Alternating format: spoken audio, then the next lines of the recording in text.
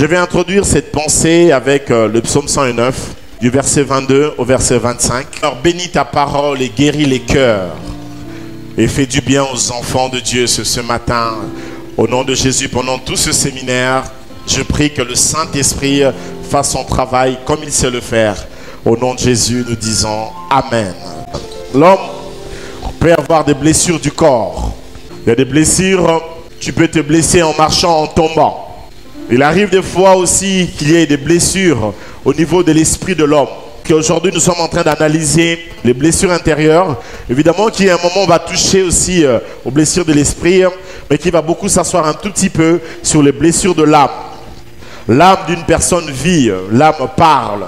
Et comme on nous enseigne dans la semaine, une personne peut pleurer de l'intérieur. Ça arrive des fois, l'homme ne pleure pas de l'extérieur, mais l'homme pleure de l'intérieur. Parce qu'il arrive qu'une personne peut paraître joyeuse, très souriante, mais très souffrante. Il y a des moments où le corps est en bonne santé, mais l'homme à l'intérieur, l'homme intérieur est en train de souffrir.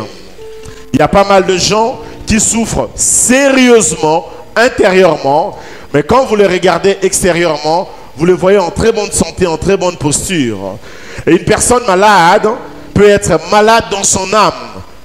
Et souvent, il y a certaines maladies du corps qui ne viennent pas, dont les maladies ne sont pas en réalité posées dans le corps, mais ces maladies peuvent puiser leur raison d'existence au niveau de l'âme, au niveau de l'homme intérieur. Parce que lorsque l'homme intérieur est blessé, lorsque l'homme intérieur est malade, il peut s'avérer que cette blessure intérieure puisse aller se déverser dans le corps. Et on risquera parfois d'essayer de soigner le corps alors que c'est l'âme qui est malade. Voilà pourquoi tout médicament qui peut être appliqué pour la guérison d'un corps dont la maladie puise l'origine au niveau d'une blessure, d'une maladie qui est interne, cette guérison extérieure n'est qu'extérieure.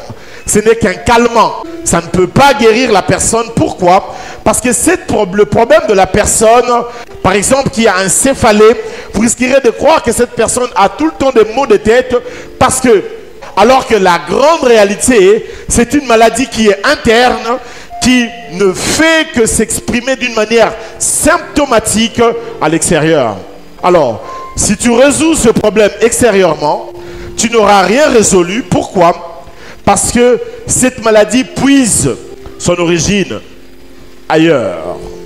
Alors voilà pourquoi nous vous proposons toute cette semaine pendant ce camp de prière, les blessures, la guérison des blessures intérieures. Alléluia. Alléluia. Certes, il existe 5 types de blessures. J'en parlerai toute la semaine. Le rejet, l'abandon, l'humiliation, la trahison et l'injustice. Je vais répéter pour ceux qui écrivent. Le rejet, l'abandon, l'humiliation, la trahison et l'injustice. Il y a des gens qui sont blessés par les rejets. Il y a d'autres gens qui sont blessés par l'abandon. Il y a d'autres gens qui sont malades et blessés au-dedans d'eux par les humiliations. Il y a d'autres gens qui ont été blessés par les trahisons. Il y a de ceux qui ont été blessés par l'injustice ou les injustices. Toute la semaine, on aura le temps d'étaler là. Le psalmiste est en train de parler comment est-ce qu'il était la rusée des gens. Les gens l'ont méprisé. Comment est-ce qu'il était blessé dans son cœur, au-dedans de lui, mais blessé. Alors, c'est quoi une blessure intérieure en réalité? C'est une tâche interne. Alléluia. Et cette tâche est parfois causée par un ou plusieurs événements. Quelque chose peut arriver dans la vie que tu peux le prendre banal, que tu peux croire que c'était pas grave et que c'était passé, alors que la chose est restée. Vous savez, il y a des choses qui nous ont blessés consciemment, que nous avons refoulé dans notre subconscient. Et j'aurai le temps d'expliquer ça toute la semaine. Comment est-ce que les blessures conscientes, parfois nous le refoulons dans le subconscient et là ça nous crée plus de problèmes. Et parfois nous croyons que nous ne sommes pas blessés, que ça n'a rien fait, que j'ai oublié, que c'est passé, que j'ai déjà effacé cela. alors que c'est bien caché quelque part encore en toi. Et ça continue à animer ton cœur, ta vie. Et ça continue à te perturber dans la vie. Et je vous parlerai sur toutes ces choses et dans les conséquences toute la semaine. La semaine sera très riche. Je te propose de ne pas rater ces camps de prière.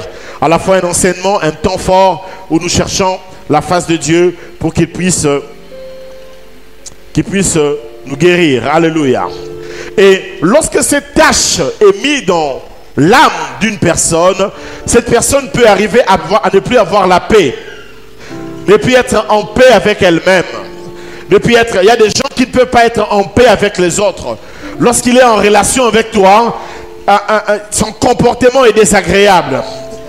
Dans la vie, il y a des beaux garçons incapables de vivre avec. C'est vrai, un bel homme, mais tu ne peux pas vivre avec. Impossible. Quelqu'un qui n'est pas en paix avec lui-même ne peut pas te donner la paix, toi. Et quand tu épouses une fille comme ça, même si elle est la plus belle femme du monde, je t'assure que tu seras en train de vivre un calvaire dans ce mariage.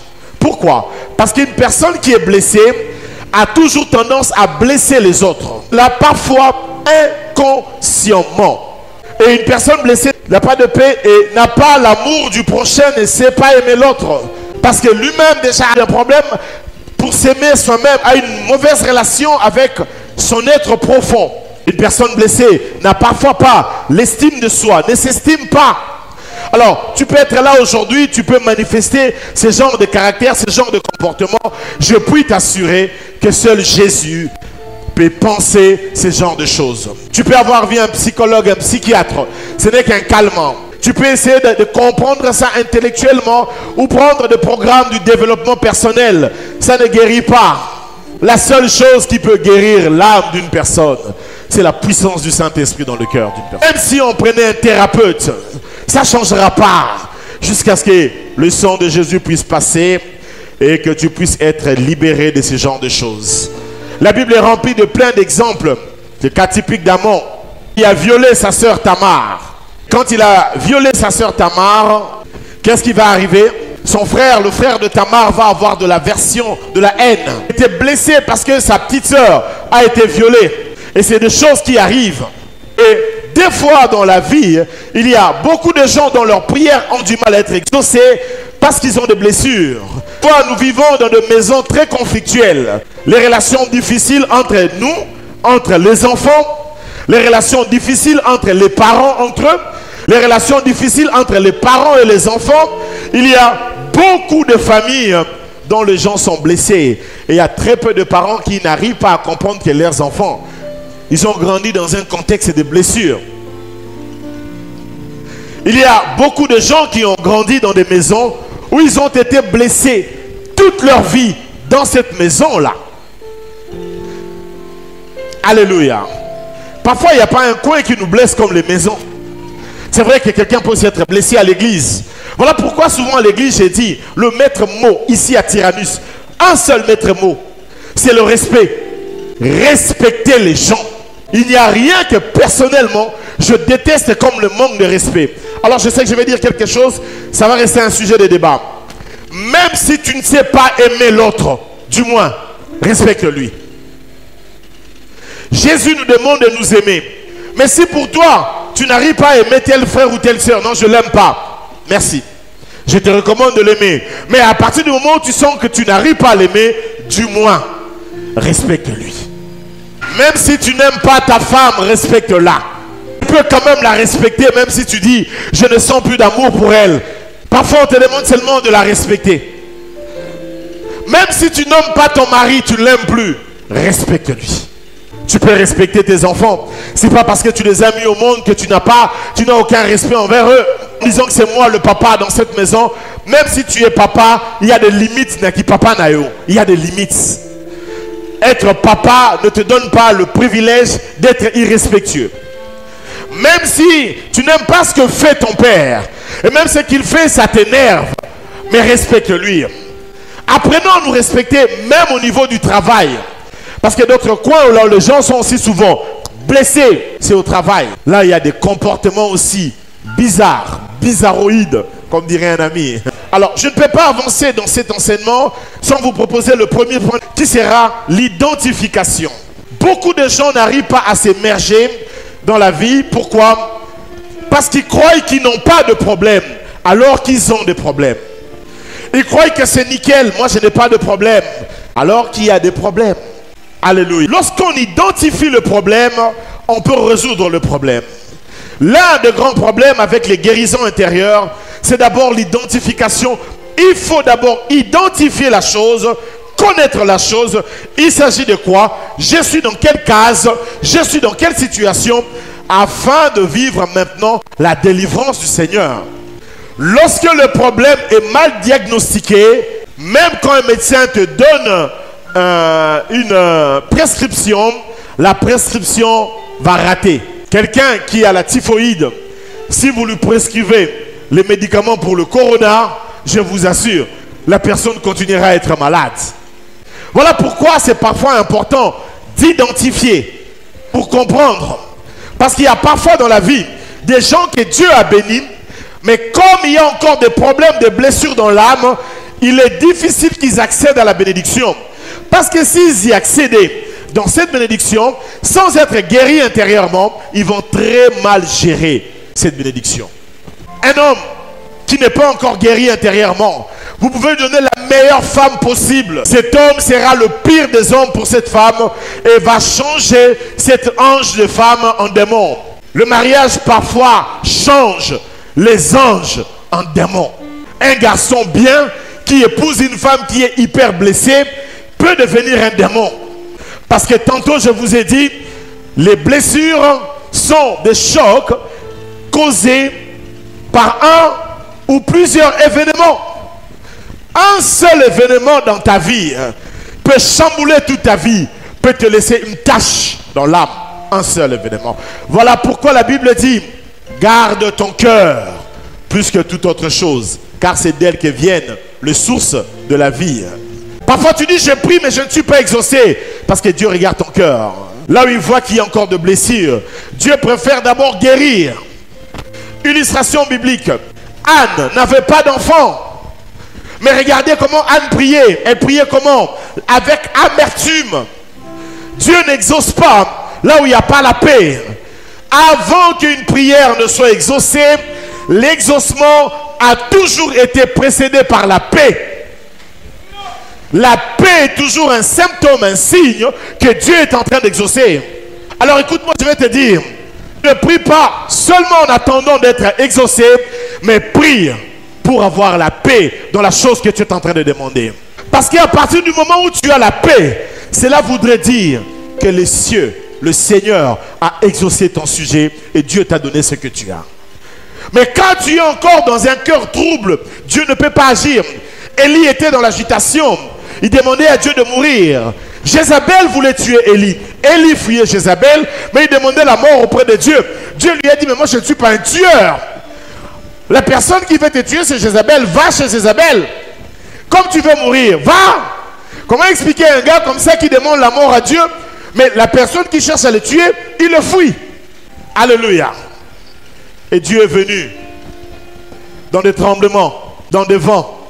Il n'y avait rien. Mais dans un murmure léger, c'est là où il y avait la réponse. Alors reçois la paix ce matin avant d'être exaucé dans tous tes besoins. Parce qu'imaginez que tu ne sois pas en paix et que Dieu te bénisse. Tu ne pourras pas gérer ça. Il y a des gens qui demandent des choses que Dieu les a données, mais Dieu ne leur permet pas d'accéder à ces choses parce que leur cœur n'est pas en paix. Et si jamais ils y accédaient, ils vont déranger tout le monde. Vous connaissez l'épopée du frère qui a dérangé toute une église parce qu'il avait reçu un petit 100 000 $. Le frère est devenu orgueilleux. Quelle sœur de l'église il n'a pas dragué? Il n'écoutait plus personne. Même quand on lui dit, mais le pasteur est là, il dit, mais qu'est-ce que votre pasteur va faire? Le frère, hein, il met la main dans la poche et dit, ah, appelez-lui. Je vais lui donner l'argent, je vais donner l'offrande. Eh bien, si tu as l'opportunité de m'avoir comme pasteur, je vais te refouler avec ton offrande et puis je vais te présenter entre les mains de Dieu. Je me souviens d'une de mes filles qui prie et qui disait, Seigneur, bénis mon mari. Alors elle m'a vu, elle m'a dit, prie pour que mon mari soit béni. Je lui ai dit, non, Dieu ne veut pas que ton mari soit béni. Il va te créer des problèmes. Elle, dans l'agitation, dit non, c'est pas grave. Même si il va me créer des problèmes, que Dieu le bénisse. J'ai dit, Dieu bénira ton mari, mais tu verras. Ça l'a bouillé. Elle est revenue vers moi pour me dire, est-ce qu'on ne peut pas prier pour que Dieu retire cette bénédiction? J'ai dit non. D'ailleurs, Dieu ne se répand pas de ses dons. J'ai utilisé une autre clé. Pour qui m'a ramené. J'ai dit, tu étais prévenu.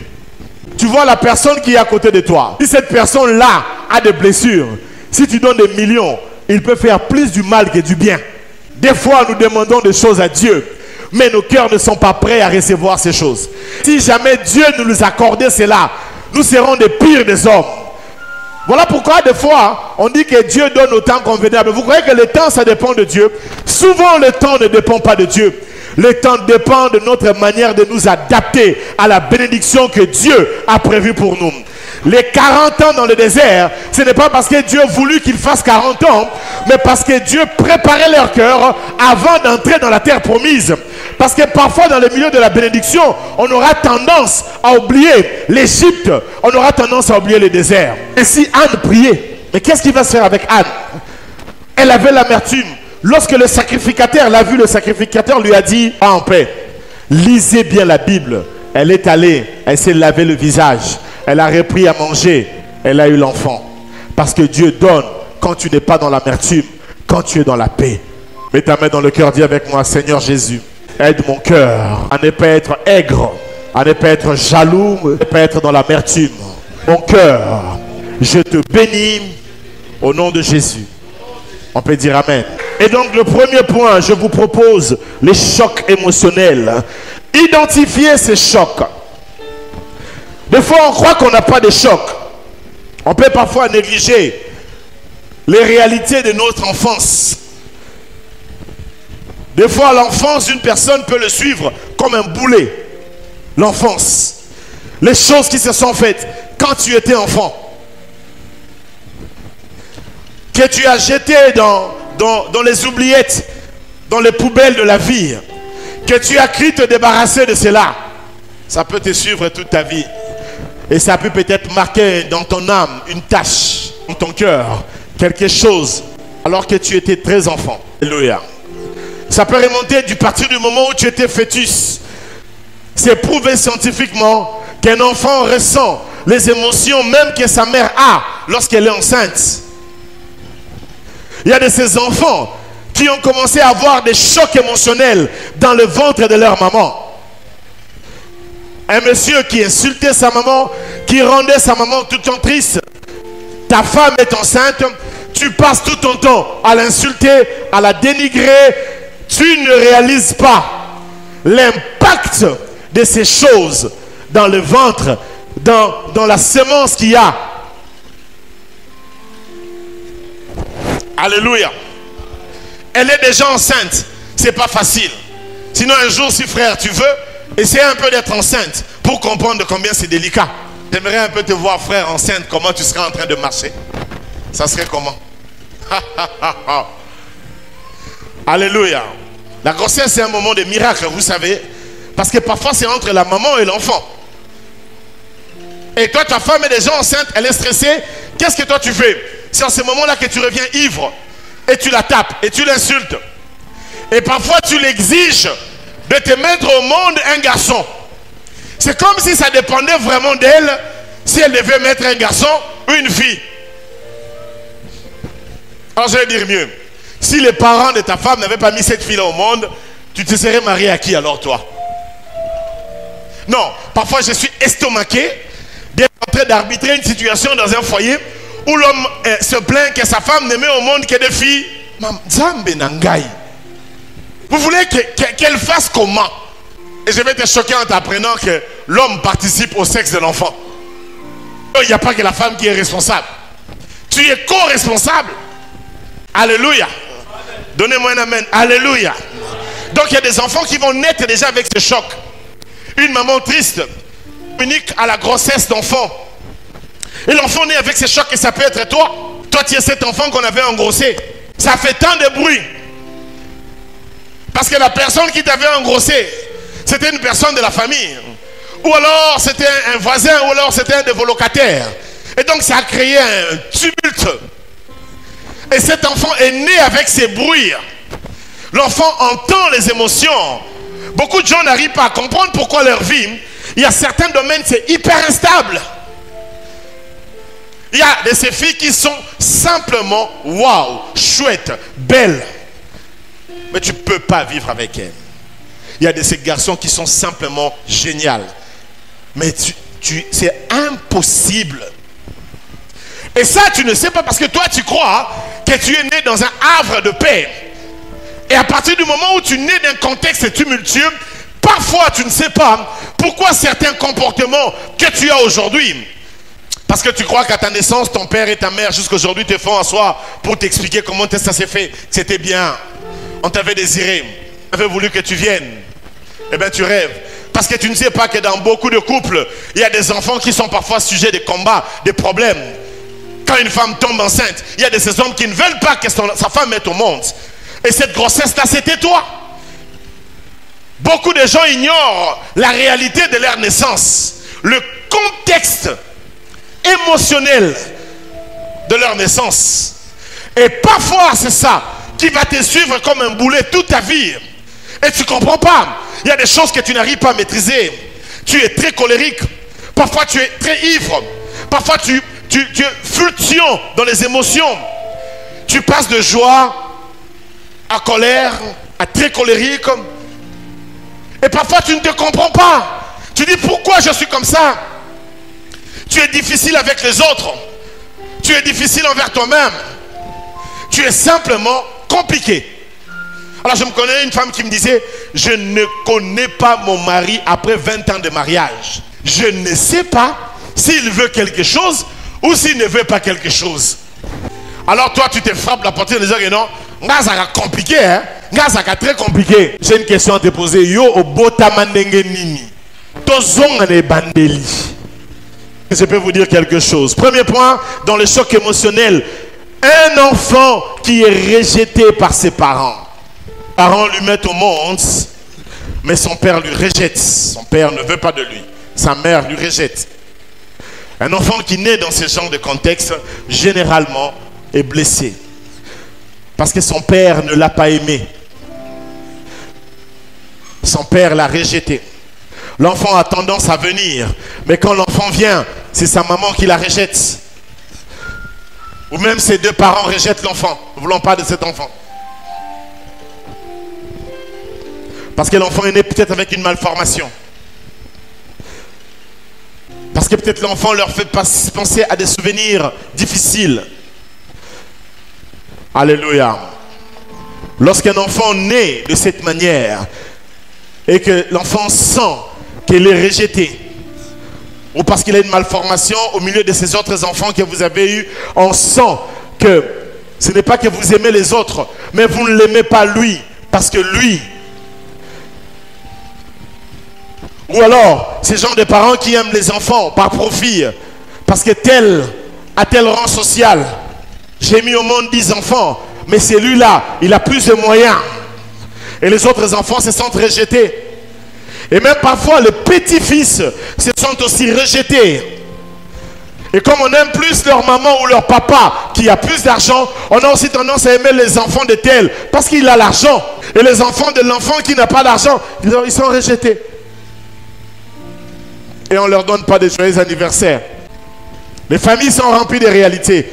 Voilà pourquoi beaucoup de gens sont blessés. Et beaucoup de gens qui ont du potentiel ont du mal à tracer, à arriver des fois, à marquer leur génération. Parce qu'il y a des blessures. Et il y a des parents qui ont transmis leurs blessures. Ils ont grandi dans une blessure et ils ont transmis la blessure dans la vie de ces enfants. C'est pourquoi il y a certains enfants déséquilibrés. Parce que rien n'est pire qu'un garçon qui, lorsqu'il est dans les cuisses de sa maman est en train de pleurer sur ce que son papa lui a fait. À chaque fois que tu as parfois fait ça pour ton enfant, tu ne sais pas ce que tu as détruit, ce que tu as cassé en elle. Il y a des filles qui ont grandi et qui ont une très mauvaise image du père. En l'occurrence du mari.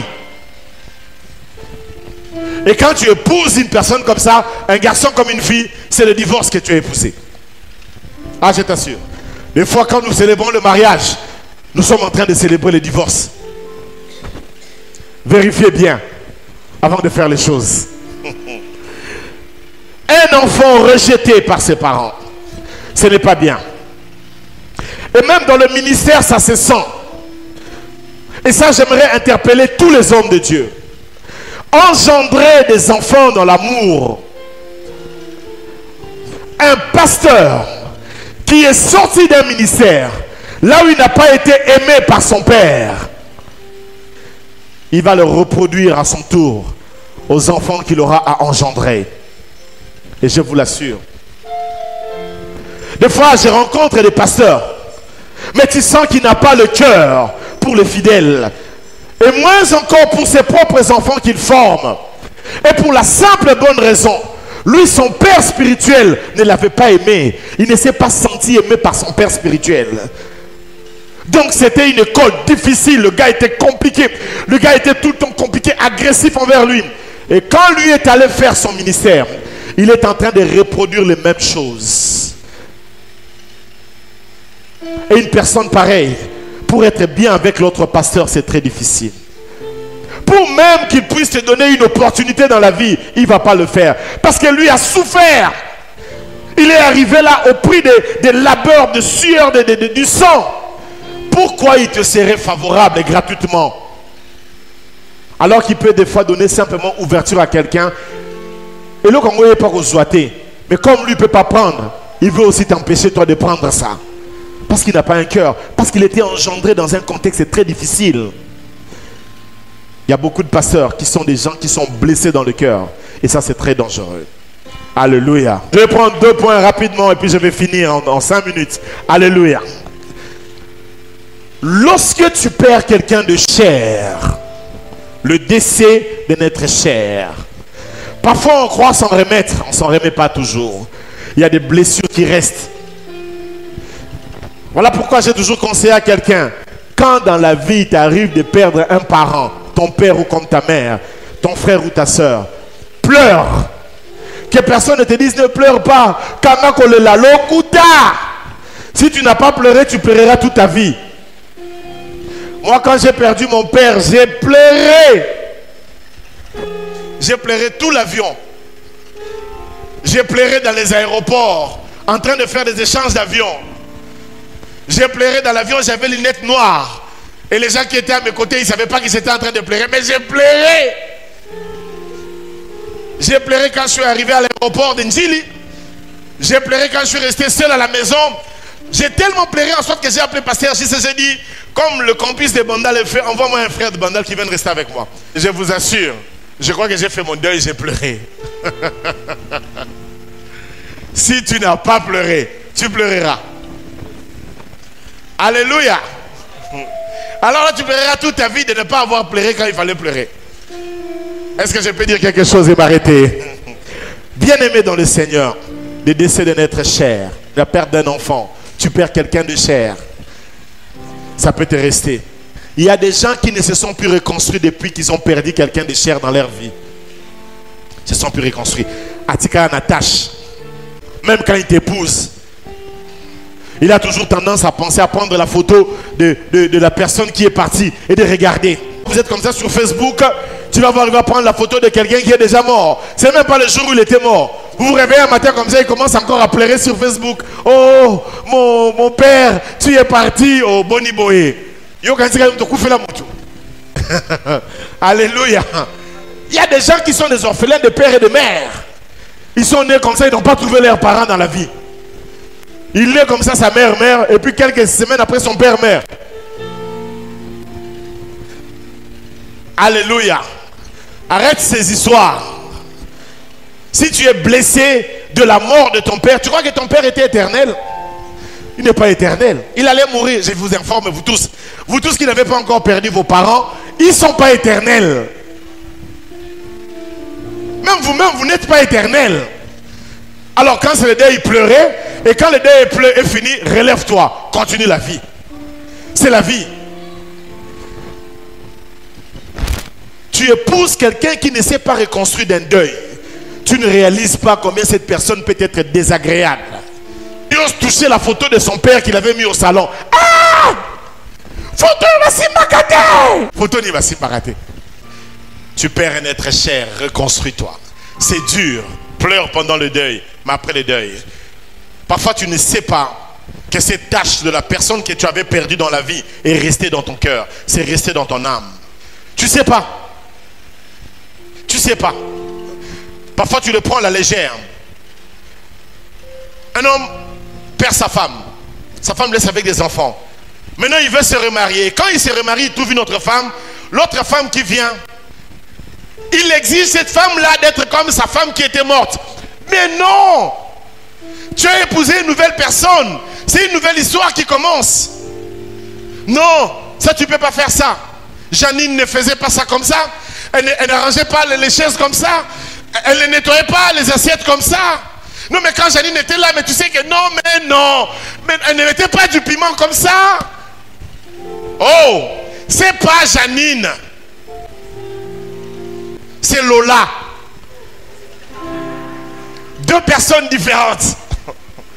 Apprends à comprendre que c'est pas Janine. Oh, banda papa na biso kufa. Maman biso kufa tikanga penda tâche. Na tikanga na tâche. Et là tu vois un gars comme ça, il devient protecteur en face de ses enfants là. Si sa nouvelle femme vient dans sa vie et que moi na moko sali mabe, ce qui a reproché moi na wana, au moins un garçon a comme ça une semaine il ne mange pas. Alors c'est un garçon comme ça que je connais. Une semaine il mange pas à la maison. Papa, pourquoi tu manges pas? Oh mais non, il maltraite les enfants parce que ce ne sont pas ses enfants. Mais dans ce cas, au balaki, pourquoi? Il fallait rester sans femme. Parce qu'une autre femme qui vient va imprimer sa marque. C'est une autre personne. Oh, est-ce que quelqu'un m'a compris? Bon, je m'arrête là. Que Dieu bénisse sa parole de ce matin. On va continuer demain parce que le temps qui nous est imparti ne me permet pas. Je ne vais pas vous libérer comme dimanche passé, c'était assez tard. Est-ce qu'on peut se lever pour prier que Dieu libère nos cœurs?